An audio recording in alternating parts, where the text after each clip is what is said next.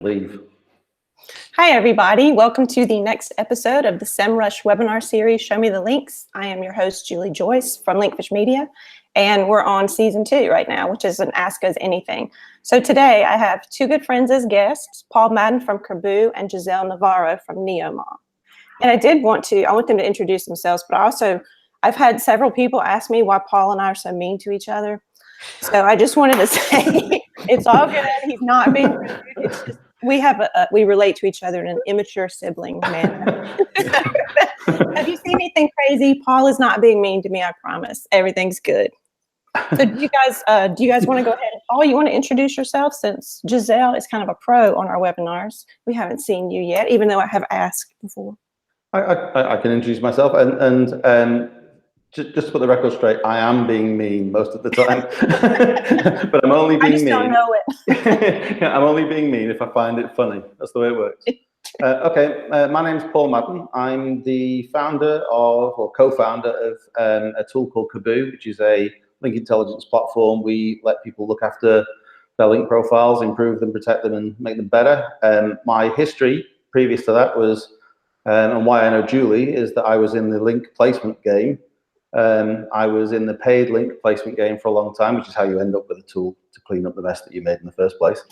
I tended to be in a higher volume category than Julie was. And then before that, I was in the generic spam game.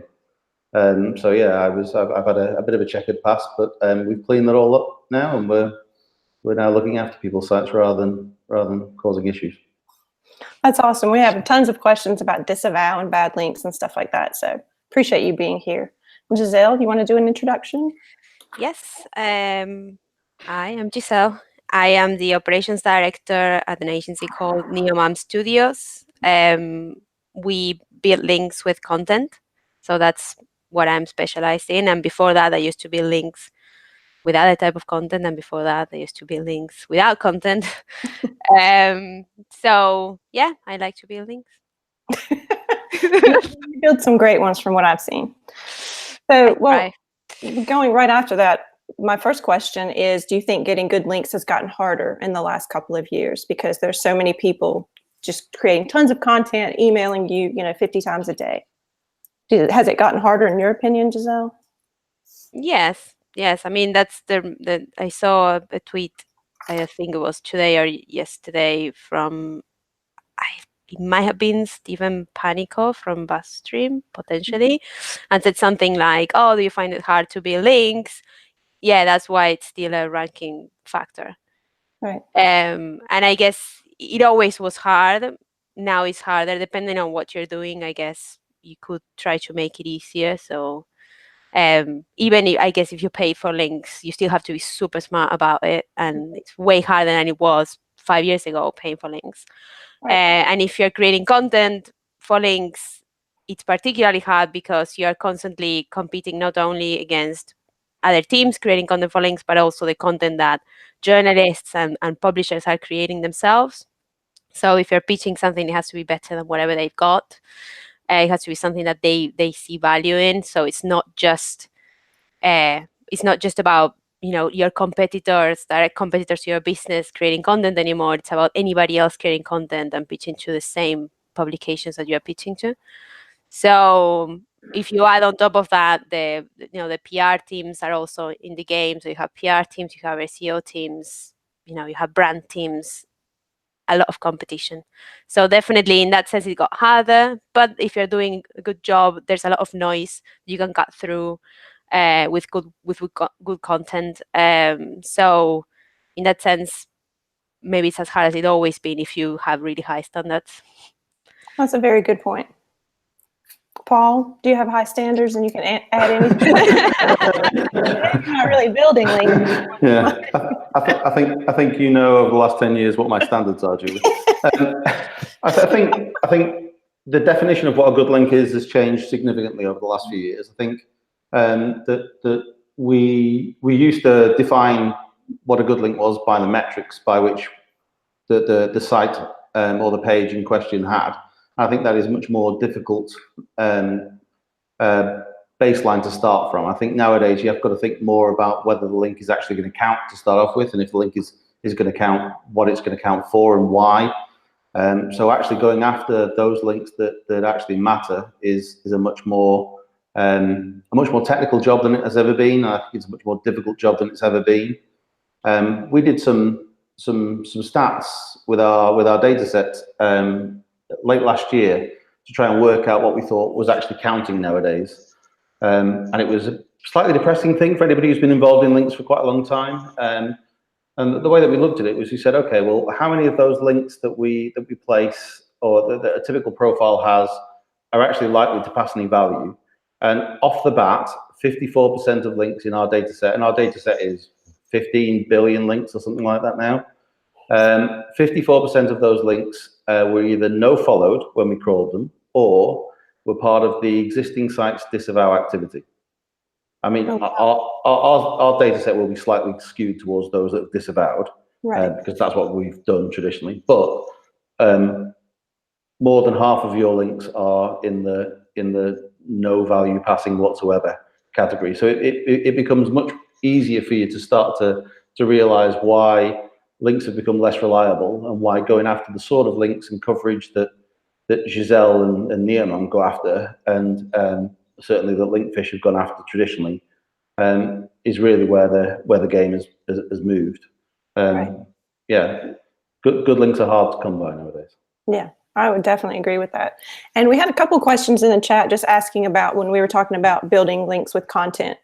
And that's just basically when you create something great, then you can push it out to people and get links to it, just in case anybody needs clarification on that.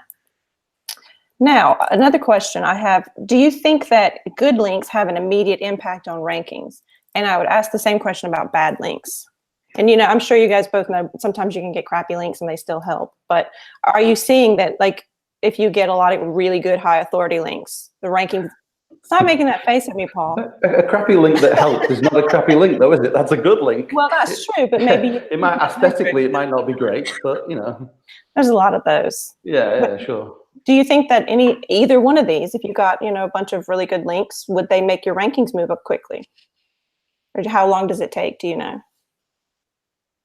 I tend to think about links having an effect at the point that they're crawled. So in line with crawl, links will have the effect that they have, and that effect will persist for the time that the link is in existence, and sometimes I think that bad links can have a suppressive effect. I've seen that on multiple occasions. I think often we'll see a link that we've really been proud of winning not have the type of effect that we want it to have.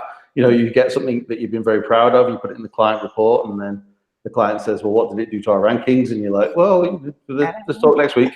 Yeah.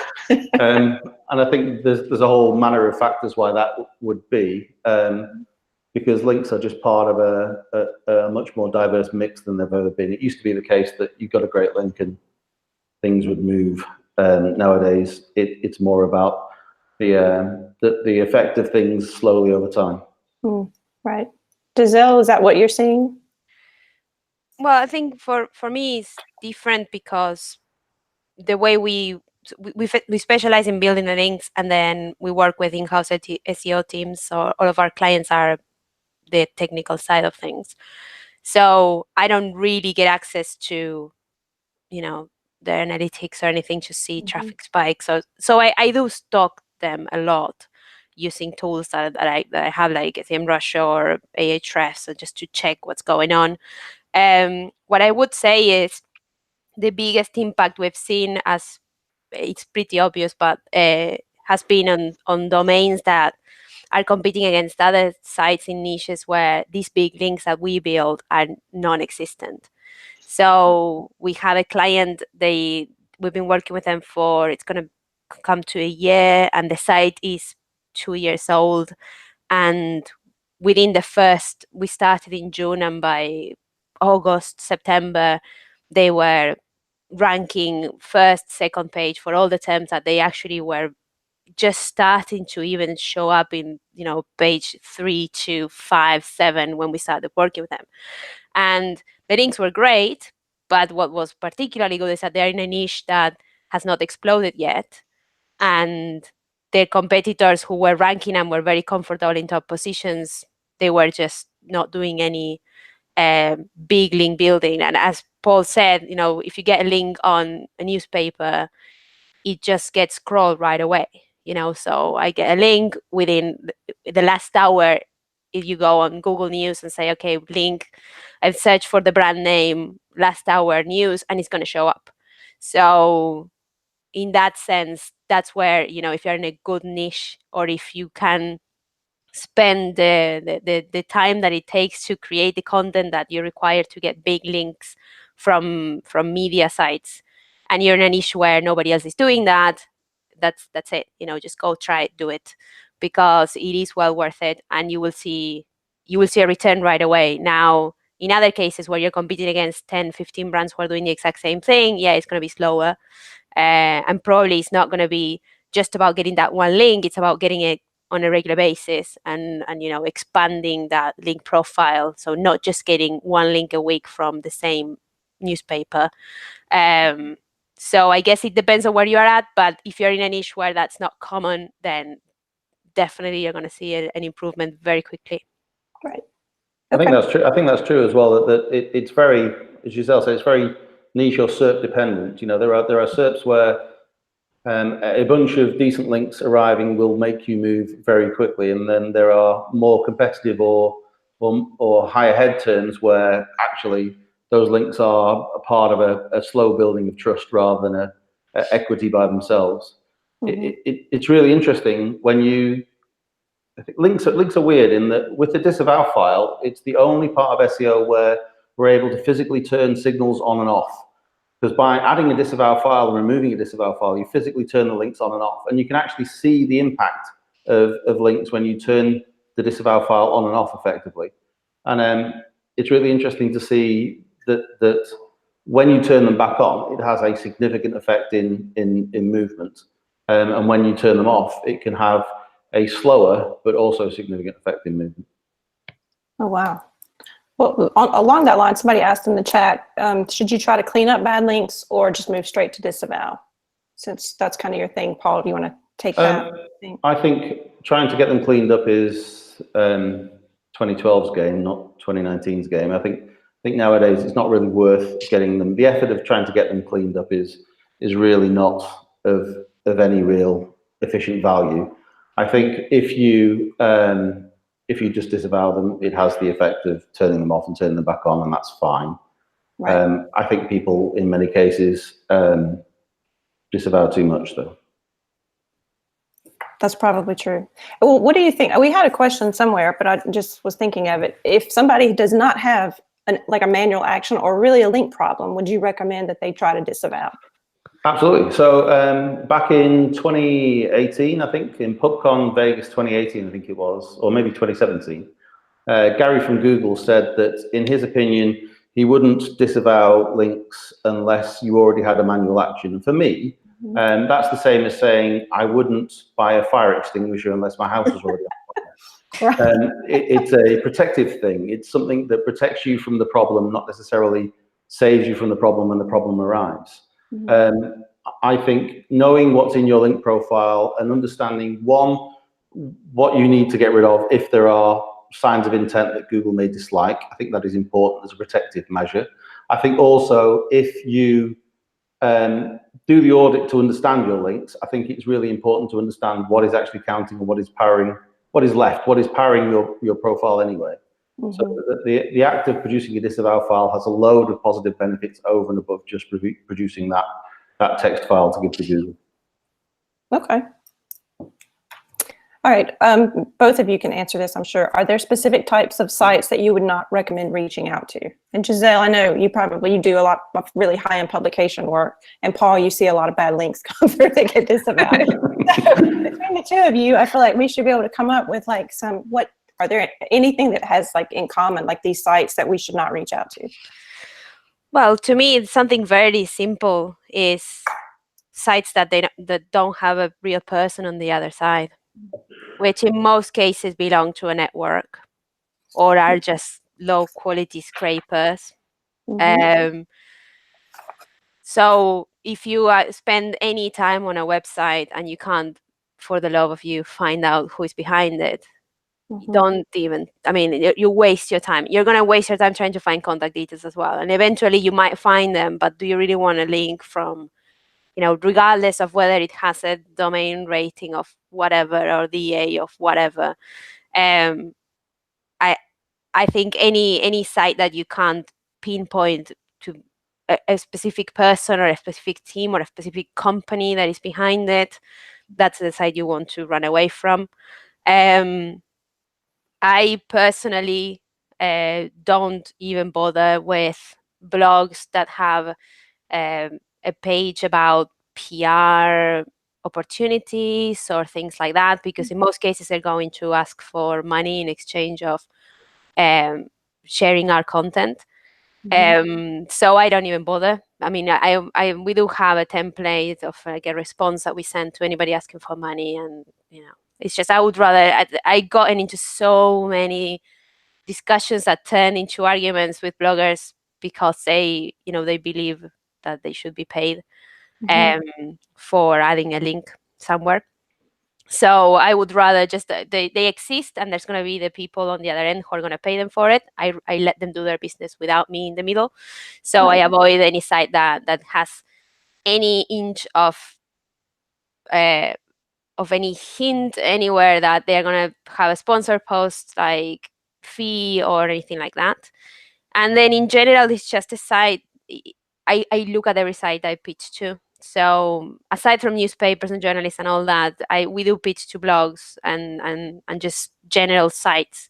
So, but we don't do it without looking at the website, because if you don't see it, I think we all try really hard to try to find that special like combination of numbers that are going to tell us that this is a good site. And the honest truth is the reason why penalties exist is because we've done that a lot.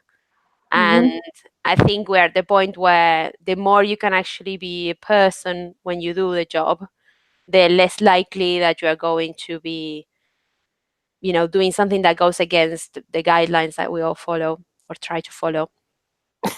So, check out the website. Like, is it a good website? You will know. Like, would you spend any time in it? Like, if it's a blog, are there any comments, or is it just a blog that publishes 5-10 articles a day and nobody's commenting on them? That's obviously they're probably selling links. Like, it's not even a real site. Right. So, using common sense is quite important. And then staying away from anybody that is going to charge you if you're not willing to pay, and stay away from any site that you can't really pinpoint to a specific person or a company that is behind it. That would be my tips. There you go. What about you, Paul? You have any things these bad sites have in common? You and bad sites. Yeah, they've spoken to me in the past. Is normally the right. Yeah, I mean, obviously Giselle does these things properly. Back in the day, I did not do these things properly. I think we worked out for a talk I did 2010 to 2012. My team sent 2.4 million emails. Oh my goodness. We had 200 offshore staff working so 7 days a week, purely not looking at the site and asking them if they would be interested in working with us. I think in terms of spotting what a bad site is, I think there's a difference. So you can look at the link itself. The link itself can be bad, and I define a bad link as being something that shows obvious intent to manipulate Google search algo, and that is manipulation and intent that is defined in Google's link schemes page. If you want to work out what Google determined as being intent, go and look at their link schemes page, and they will tell you. Right. It pretty much tells you every link that we've ever placed, but you can work on the gradients of that. But those links those sites that I think are bad, like Giselle said, they tend to be sites that are drifting on the internet without necessarily anybody at the wheel. Yes. And often you'll see them, they're scrapers, they're directories, they're listings of some description. There is no person identifiable behind it. And if there is a person identifiable behind it, they aren't identifiable just for the purpose of taking some money off you. Right. If they are identifiable as a person that's going to take some money off you, in a lot of cases, if that link is not ignored by Google Penguin already, it will be at some point in the future. So you are more you're probably better off using your resources elsewhere. That's a very good point. So I know you can do, some people will do like info at whatever the site is or admin at and occasionally get something back, but that's not a good sign. I agree. Yeah. Well, I'm going to go into some of the submitted questions. Stacy had asked one about potential prospect sites. So make sure I read this properly to you. If you don't see that the site has a blog or a media news PR page, and also not a resource page, should you still approach them? And like, what would you try to do to get a link from somebody like that? Does that make sense? Say a company, they don't have a blog, they don't really have a PR page, they don't have a news page, they don't have resources. I mean, but I understand the question, because I would, based on that, I would say, well, there's nowhere to put a link, because we have had link builders that will contact sites and I'm like, where would you even try to get a link? And they have no idea.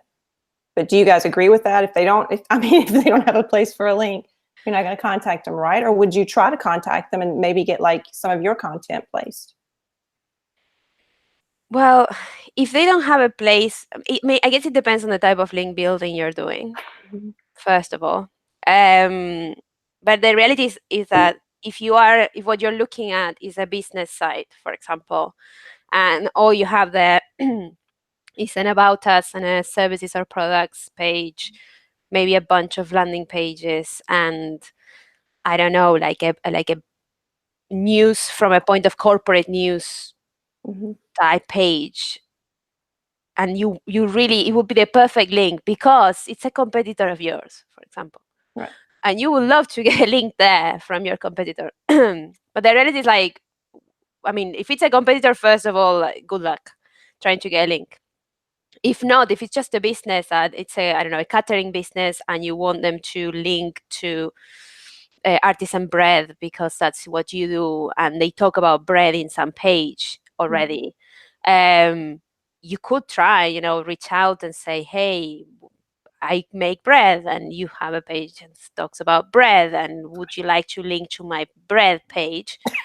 I guess if it's a local business, you might have it might work. You might, I would personally take it to the offline world and approach them and, see who manages the site and just get a conversation going. But yeah, the reason why we create resources and there's guest posting and all these methods of building links is because it's really hard to try to insert a link in a site that is not even ready for it. Particularly because in most cases, if it's a business site, the owners of the business or the people that are getting the emails that you're sending through the site, they might not even have access to their website.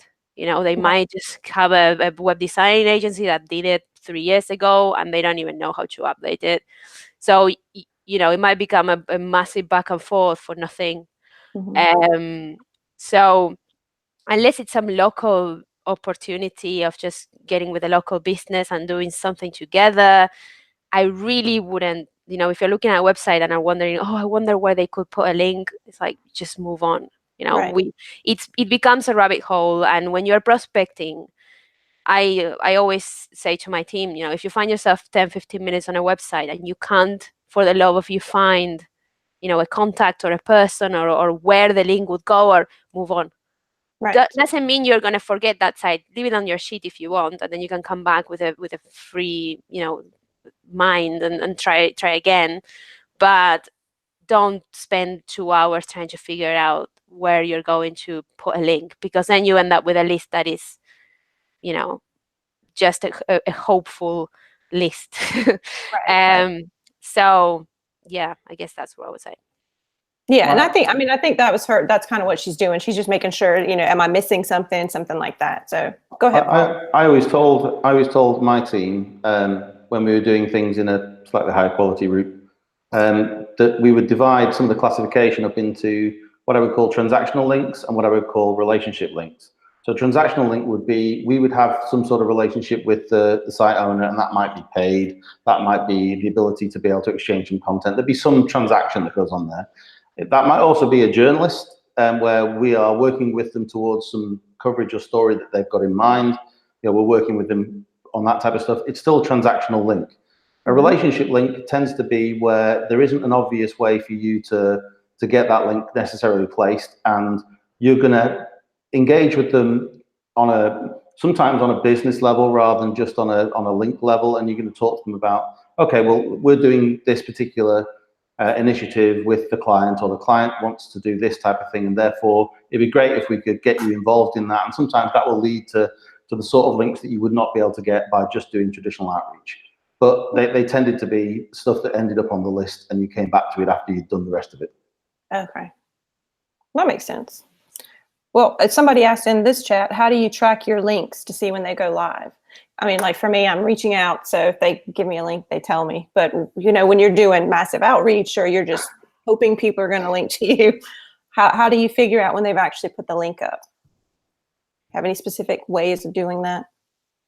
Yeah, so well, some people will tell us and we will try. So if I pitch, I don't know, I might pitch 50 people, out of which maybe 20 come back asking for assets. I make sure that when I pitch, because I'm pitching content, always having extra assets, that I just say at the very end, oh, let me know if you want me to send you X, Y, Z. So as a way for them to come back to me. So then I can get that conversation going. But there's going to be always a percentage of people who just get the story and run it, and they don't want additional assets. They don't get back to you. Right. So in those cases, 3 times a week, we just go search. We go fish. So we use Majestic, we use Ahrefs, we use BuzzSumo, Backlinks. The best tool that I have is Google. So searching inside of Google and filtering, you know, by last week, last hour, last 24 hours, searching inside of Google News, and then also inside of Bing, because there's things that Bing crawls way faster than Google. So it's kind of a combination of tools, Ahrefs, Majestic, BuzzSumo, and then different search engines, and searching inside of the web, and searching inside as an image if it's images, also searching in news. It's a pain. It's an absolute pain. There's no easy way, it seems. No, not really. And I mean, maybe at some point we're going to build a tool internally for us to be able to do that. At the moment, as a team, we kind of balance a load. We help each other. So we're constantly, you know, we have a spreadsheet that is called trackers, and we keep tabs for every campaign we have open, and we're constantly updating that. And if anybody comes back and says, oh, I want it, we make sure to mark it as, oh, this is scheduled. So then whoever is searching, if they can go and click on those sites and see, oh, has it gone live yet? And try to get publication dates if we can as well. So then we know when to go and check the website. But there's a lot of day-to-day, you know, tools and Googling and stuff like that. Gotcha. You have anything to add to that, Mr. Madden? It's really difficult. So in Kaboo, we have the concept of bringing in the last 24 hours worth of activity on any of the linked data sources. So Ahrefs, Majestic, GSC, the stuff that they bring in, you would hope are new links. Typically they're not. They're just some new links. There's some stuff that they've refound after forgetting for a while. There's all sorts of mixed stuff in there. We've tried to build a tool for this.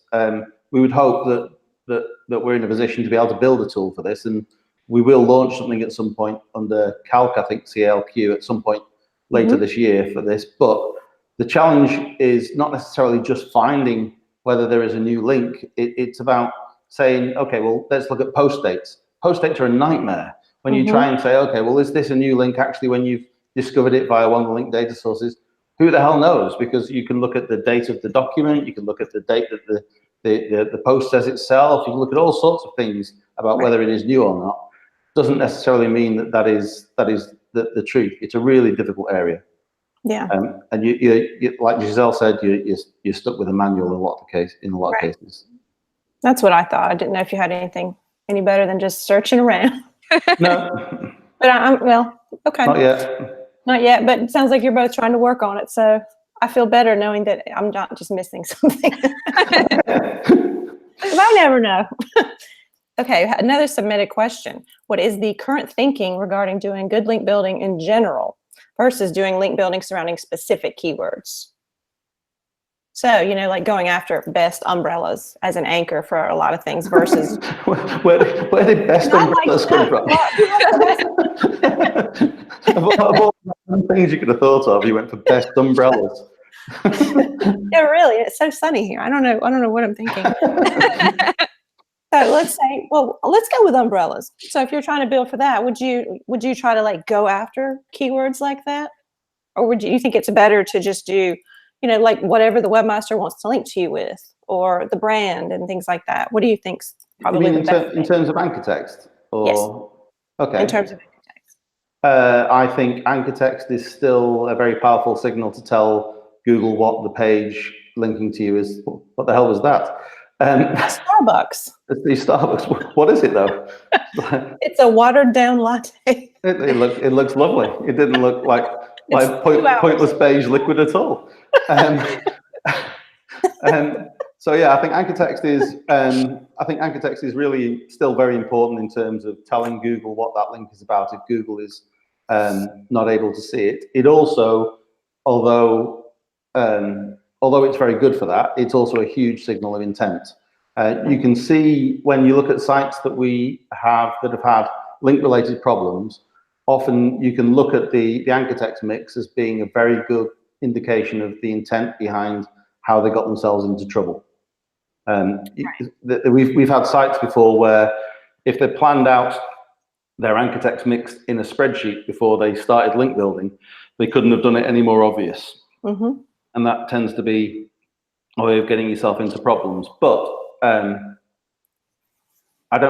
think asking for anchor text where anchor text is possible is still a hugely powerful thing. It's just something you've got to be really careful about. Yeah. Particularly in the umbrella space. The incredibly competitive, cutthroat umbrella space. Well, actually Jennifer had a question for Giselle about image link building. If you could speak a little bit more about that, which you had mentioned. Yeah, so there's the way in which we do it, which is we just create the content we produce. It's always in a visual format, and in most cases it's going to be static images or animated GIFs or video. There is some interactive, but we always try to have some static image asset. Even if it's interactive, we always have additional static images, particularly because media sites, you probably have experienced it yourself. You land on a gallery about something you're interested in, and every 2 images, there's an ad. So that's how they make money.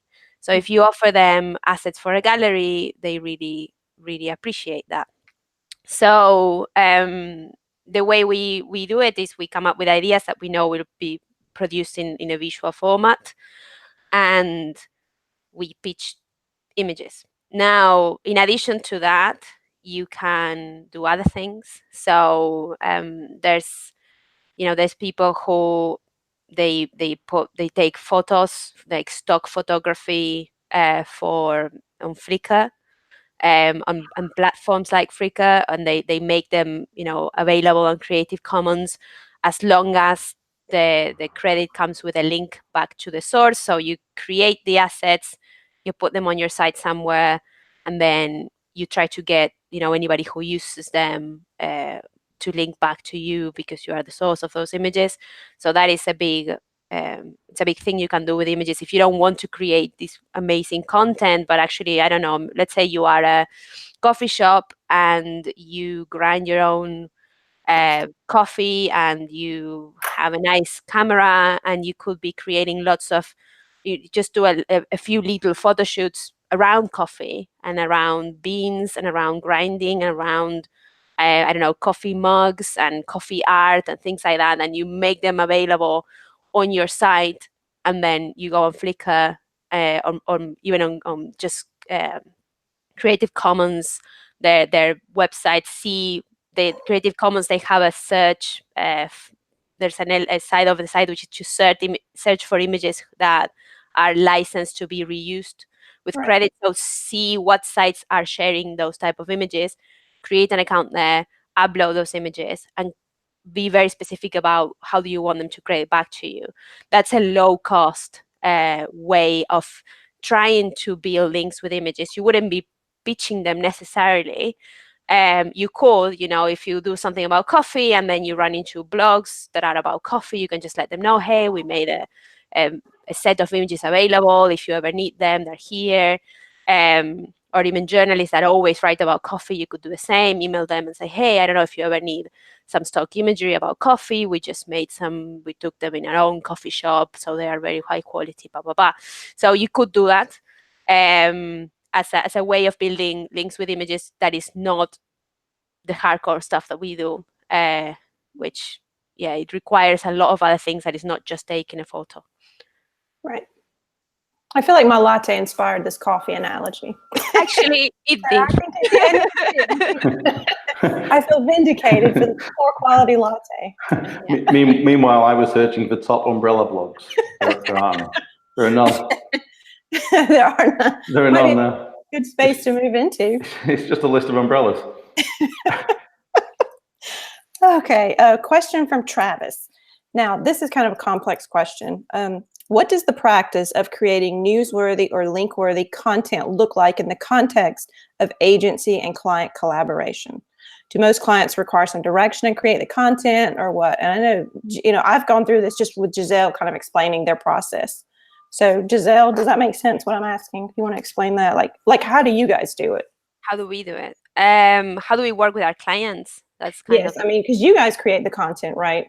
Yes. So we have transitioned from a place where I think many agencies are, where the client comes and says, I want a piece of content about this. And they want to get links with it. Right. And I want to, if possible, add this little sales thing in it. And we worked like that for some time.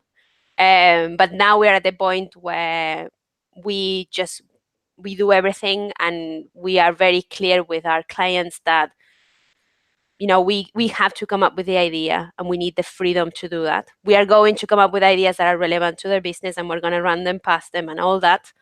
But we are not a design agency or something like that where they come and say, oh, make me this and also get me some links with it. So I guess the way that we work best is like that. It's just, having a very good conversations with our clients to understand the SEO strategy, understand their business, spend a lot of time on their site to try to identify the opportunities that there are within the publishing sectors online to place links. So we don't think, you were talking earlier about, umbrella anchor text links or whatever. And we could, if we were, let's say that that's the case, and we have an umbrella client that comes over and says, I want some umbrella links. We will think, okay, so umbrellas, right, rain. Okay, let's think about rain. And let's try to do something with umbrellas. And it might be that we end up designing these mad, beautiful umbrellas, and we actually produce them, and something newsworthy happens.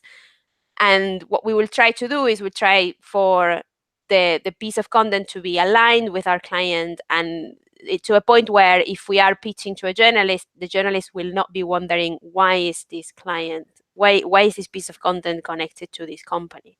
So in this case, if we do something about rain, and then it's an umbrella company, and that kind of supports the umbrella company gives authority to the piece of content because they know about rain, right? They make umbrellas. Right. And then you're very likely that journalists are going to be sharing it, and within the article they're writing, they're going to be talking about umbrellas, which is a keyword, without being as obvious as anchor text to landing page link. So you will have a lot of contextual, use of keywords if you come up with a good idea for the piece of content. But we like to do our research with our clients first, get to know them, get to understand what's important to them, to their brand, to their SEO. And then we go back and we do our brainstorming separate from the client. And then we present a concept that we're very happy with. And and we get their feedback, and then we move on our own. So then we do our research, our copy, our design, all of that on our own. And then the next thing the client gets is the final assets for them to give us feedback. And then from that point onwards, it just goes on their site and we start promoting it. But as a tip, trying to get to that point where you are not brainstorming with your client, because what happens when you brainstorm with your client is you might have, somebody from the marketing team trying to push something and somebody from the social media team saying, oh, and if we could also make a social media competition out of it. And then you have the SEO team saying, oh, but we have these keywords. And, the CEO comes over and says, oh, I like interactives. So, and then you end up with this Frankenstein of a piece of content. So I would say doing your research first and understanding what's important to your client, and then working on your own to come up with the best idea that you can that is aligned to their site and to their objectives, but also will get links. Right. And have you ever had to work with like other people's content before and build links to it? Because I've done that, and it's a lot harder for me lots of times. Maybe I'm not as invested in it, or just, it's created by people who think this will do well with links, but it doesn't. Yeah. So as a freelancer, when I used to be a gang for hire, I've done that a lot. Mm-hmm. It is hard. Right. In most cases, I always tried to, if I could see something that obviously was wrong or obviously or could be improved very easily, I would always kind of have it of pushback. Mm-hmm. And try to get it to a point where I know I'm not setting myself to fail. Right. As an agency, we don't do it. And we do get lots of people who come and say, oh, we made this thing and we can't outreach it, and can you outreach it? Right. I think we tried once to do it, like 3 or 4 years ago. And what happened was, it was a beautiful piece of content, like design-wise, it was beautiful. It was an infographic, and we were like, okay, can you give us the sources that you use? Because it was a lot of data everywhere. They were like, oh, yeah, I don't know. Like, well, okay, can you find out? Mm-hmm. No, because the person that wrote it, I'm like, well, we can't really pitch this, because what's going to happen is journalists are going to start asking for the sources, because there's some outrageous claims here. And we need to be able to provide that. And I guess that's what, if you are going to do that, if you do get given a piece of content produced by other people, put a journalist hat on and look at it and be like, right, so if I ask you where this comes from, can you tell me? Because if you can't, then somebody's going to ask you along the way when you're pitching, and it's going to be really uncomfortable when you say, actually, I have no idea, I think I made it up. So yeah, that's why we don't do it. That's a good reason. Oh my goodness. Okay, this is a kind of a funny question to me. Somebody says when they reach out to bloggers, they're constantly told that the bloggers won't give them a followed link because they might get a Google penalty. Uh-huh. And I mean, that's funny to me, because I've had people say that. People, it's like, it's illegal for me to give you a link, or Google's going to get me if I link out. I can't link out to anybody. Have you ever seen any instances where a site actually got penalized for no following links? Am I asking that properly? Yeah, I mean, I can answer, but I thought Paul might want to. Oh, I can definitely answer. I was in a meeting with some guys who were doing advertorials. That was their main business on the day when Google slapped everybody for advertorials. So yeah, their business dissolved during the meeting. I think it is. I think it's true that Google can. I'm not going to mention it. I think it's true that Google can slap you for linking out excessively or incorrectly. It tends to be very rare for them to do so. I tend to think they tend to try and do more of that through fear and education. So there've been times when I've been in the link building game and Google have gone to a particular niche, and they've given a message to somebody, and that niche has gone wild in the Facebook groups or something else to say we can't do this anymore, and everything's now going to be no followed. And yeah, it tends to be a fear thing in most cases. Whether Google actually act against it tends to be very, very rare, if at all. So that leads into a question Ariel had submitted. Can Google detect when you've paid for a link? And I don't think they can. So you agree with that? I mean, if you do it poorly, they can. Oh, yeah. Most paid links are what I would call algorithmically difficult to detect. Yes. So where a link has been paid for, the main signal that a link has been paid for is they have a page on their site saying you can buy a link from us. If they've got a page from their site that says here are the prices of the links, that tends to be a fairly good signal that they take paid links. Right. That doesn't necessarily mean that you'll get in trouble. In a lot of cases, signal of intent, and therefore Google would ignore the link via real-time penguin. Right. But yeah, I think it is very difficult for Google to spot whether a link has been paid for specifically. They tend to be very good at understanding whether there is intent to manipulate their search results in that link, and that might be because it's paid. It might be because it's targeted anchor text in a commercial term. It might be because of where it is and why it is there. Intent is a really easy thing for them to spot. Right, I agree. Mallory has a question about the last link building webinar we did. I know you guys weren't here, but it was Garrett, French, and Deborah, and we just talked about domain authority. So she's just basically asking if a bad DA site could hurt your site, if a bad DA link could hurt your site. And DA is just kind of it's a proprietary metric, just like anything else. So it doesn't have anything to do with Google. So in my opinion, I would say if a site has a low DA and it's relevant, it's going to be fine. What do you guys think? You have an opinion on that? I mean, the thing is thinking about it as a bad DA. There is no bad DA. Well, right. That's kind of like what Paul said. Yeah. And I think maybe, people get very obsessed with, it has to be a DA X plus. Right. And so then anything is below that is bad. It's like, well, but that's you made that in your head. That doesn't really, it's not the case. Right. So a low DA, you can have, there's multiple reasons why a website can have low DA. One of them is new. It's a new website. Sometimes publishers themselves, they launch new sites or they separate, Business Insider. They started creating lots of lifestyle content, and eventually they had to move that out of businessinsider.com, and they created Business Insider. And that was at the beginning, that was just a new domain. It was a new site, and then it didn't have the powerful DA that Business Insider had, but it was still, if you got a link on that site, then right now you would be having, and that link already is still there, you would have a high DA link, because from then to now, the DA of that domain was updated multiple times by Moz, and now it's high. But as you said, we don't use DA, we use domain rating, which is another one of those proprietary metrics. Right. So, and we just use it as a compass. It's more like, and it's like a line on the sand for our clients to know what to expect. And we say, right, this is what we're going to aim to achieve. So then both teams know this is what we're going to aim to achieve.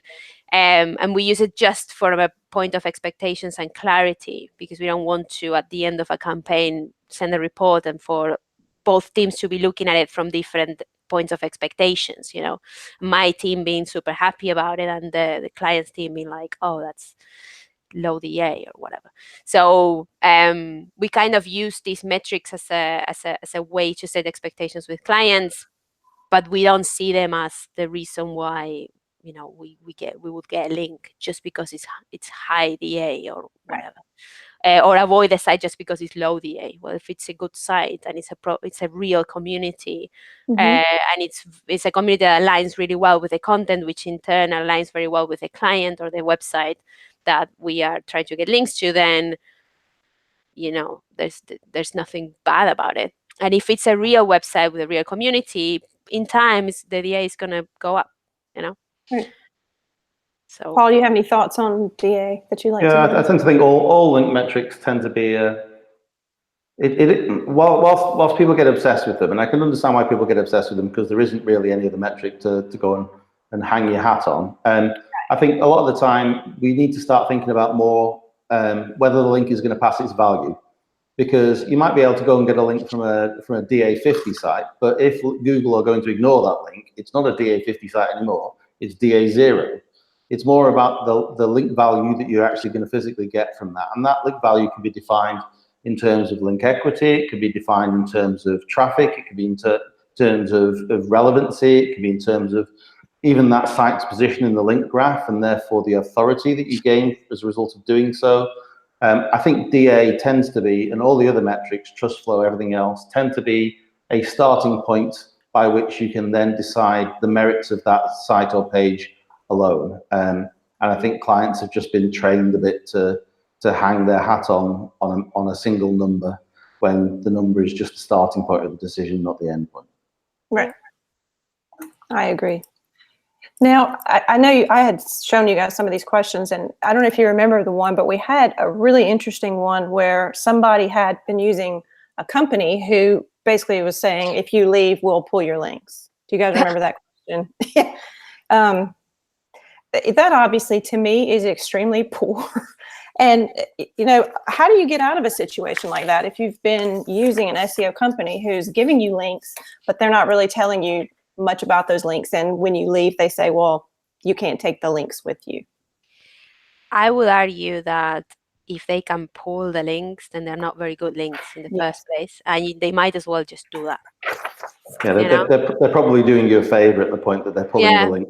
Exactly. Yeah, I mean, that's probably true. Yeah. So that's what I would say. That's a great thing, they're pulling the links. Yeah, that would be my advice too, because I think, you know, if you're building links, you know where they are and you can tell people where they are. And I don't have the ability to just turn off links. No. You know, if somebody said, well, I'm bailing, I'll be like, oh, well, all your 5,000 links are gone. I don't even see how you do that if those links are even remotely good. Yeah, dear info@bbc.co.uk, would you mind taking down this link because they've stopped paying us? Not going to happen, is it? No. Right. Just seems like a very bad sign. So we have got about 8 minutes. Just going to see what we could cover kind of quickly. Paul, this might be one for you with the Kerbu stuff. What is the process to identify a problematic link, and can you just go by numbers? You can't just go by numbers because it's extremely contextual. The way that we try and work is we train our staff to look at the Google Link Schemes page and understand the intent behind a link. If there is intent behind a link, then we would consider it potentially problematic. But again, you have to be careful about where you draw that line, because a lot of sites only have links with intent. So you can end up giving yourself the penalty effectively by removing all the links in that audit process. But where there is intent, we tend to try and negate those in some way, or at least be aware of them. Where the site is unlikely to pass any value whatsoever because it is just such poor quality, we tend to negate those as well. That tends to leave you in our stats with about 15% of the links left typically. And that's really where people need to concentrate their time in making sure that they grow and protect those. But the rest of the stuff, the legacy links that are in the 86% or the 85% that you've looked at and decided are probably not great, you need to just take the view that they aren't necessarily going to be doing you any good anyway and move on from them. Right. You definitely don't think you could just run some kind of report and then grab everything? No, we've had customers do that. We've had customers who anticipated that by buying the tool, they'd log in and there would be just a big red button that said, sort my problem. And it's not like that, unfortunately. The internet's a big place and there's lots of reasons why these links exist. Yes. And we've had people that have literally just gone through and said, okay, I'm going to get rid of everything that you say is bad. But there are massive reasons why a link might exist over and above what the metrics say. You know, it might be that link was placed and it was editorially given and it was natural, but the site itself may not look great and the rest of the world might have chosen to disavow it. But for you, contextually, that is a valid link that is probably still passing some value. So it's really not easy to just, you know, go at it with a chainsaw. You really need to go at it with a scalpel. That's a good way to put it. So how long do you think, I don't know if you know this, how long is the recovery process from disavowing links? I mean, are you ever involved with people and you know, like, when things have gotten better? Yep, very much so. So the disavow process tends to be in line with crawl. So once the disavow is submitted or removed, then once the sites that have those links on them are recrawled, or the pages that have those links on them are recrawled, then the effect will be felt. If they are decent links, that can be it could be minutes, hours for those links, to days for decent stuff. For the real backwaters of the internet, where Google's not going crawling for any reason, it could be months. So it tends to be quite a long tail. So if you're getting rid of a lot of really bad links, the impact of doing the disavow, removing or putting on, tends to be quite long. If you're doing stuff that is just irrelevant and is actually from sites that have a valid reason for existing, that tends to be fairly short. You tend to see most impact within 10 to 14 days, really. Okay. 10 to 14 days, you'll see most things happen. Okay, that's cool. Are people still getting any manual link penalties? People are still getting manual actions. Yeah, they're not as prevalent as they used to be by any means. We tend to, most of the people that we talk to and train nowadays, our conversations are more about understanding your link profile and understanding what is left after Google have either gone through your disavow file, but also gone through and ignored anything that they think is problematic. What have you got left, and what can you do about strengthening and improving that? Right. And it's really interesting. If you've had a site for any period of time, you will have an awful lot of the links that you've placed in the past that perhaps you thought we've invested a huge amount of money in getting these that actually no longer count for you. So understanding what you've got left is really the game nowadays. And getting a disavow file to protect you against manual action is just a subset of that task, really. Right. Well, along those lines, Giselle, I wondered this before about when you do content, and do you ever get any like really spammy sites that pick it up? So I've seen the great links you've built, obviously, but do you ever get any really poor quality sites that somehow pick it up and link to you? Yeah, there's lots of scrapers. Yeah. Do they worry you at all? Not really. In most cases, they are domains that will end up being parked, or there's how scrapers, they just trying to build up some domain authority to sell a site or things like that. So they are links that disappear. They probably within a year, if not way less, sometimes within a month. We do keep track of them, and within a month of being launching a campaign, many of those are going to not exist anymore, and their pages are 404. We do share everything with our clients, so then they can, if they want to disavow, for example, their teams can do that. So we do that, but because it's like it's the internet, right? So if you get a campaign or a piece of content out there and it goes really, really big, you're going to get lots of really great links that you love, and then you're going to get lots of great links that maybe, I don't know, they're in different countries and you never thought about them, but they are relevant to the content, so they are relevant. They probably are relevant to you if you thought of a good idea that is relevant to your business. And then you're also going to get lots of other things, forums, people in forums sharing things, a lot of social media activity. And in the middle of all that, there will also be, scrapers or whatever. So I think the problem is if every piece of content you produce, that's the only thing you get, then probably you're doing something weird. Or somebody is scraping your blog if you're publishing things on your blog. So we have even that with some of our clients. They have they're big old sites, and they have lots of scrapers that are constantly just scraping their sites. So every time we do a new piece of content, it gets picked up. So I'm guessing that in that case, probably they disavow things, but I wouldn't know, because again, like, we are paid to build them, and then if the clients want to take them down or whatever, they can just do that themselves. Okay. Well, we need to wrap it up. So I will actually turn it over to you, Paul, and ask, would you recommend in cases like that where you get like scrapers picking up some content? What do you think about disavowing those? I think if they are pure scrapers, they're good to know. There's no harm in disavowing them, but I don't necessarily think that they are going to cause you a significant problem. Where it is forum chatter, I think Google has a problem in understanding forum chatter as being whether there is intent behind it or not. So I tend to advise people to be very careful about what they disavow in forum discussion, and to be a bit more strict with forums than perhaps we would want to be. Right. But I think a lot of the time it's important to know what's appearing as a result of any activity that you're doing, good and bad, and then making good decisions about taking a safe route as a result of seeing stuff appear. As long as you take the safe route, you're always going to be okay. Good answer. Well, we will end, and I'd like to thank you all for joining us. Thanks everybody for the submitted questions, and if we didn't get to your question, I do apologize. We did have a few that we thought would be a little difficult to cover during this hour.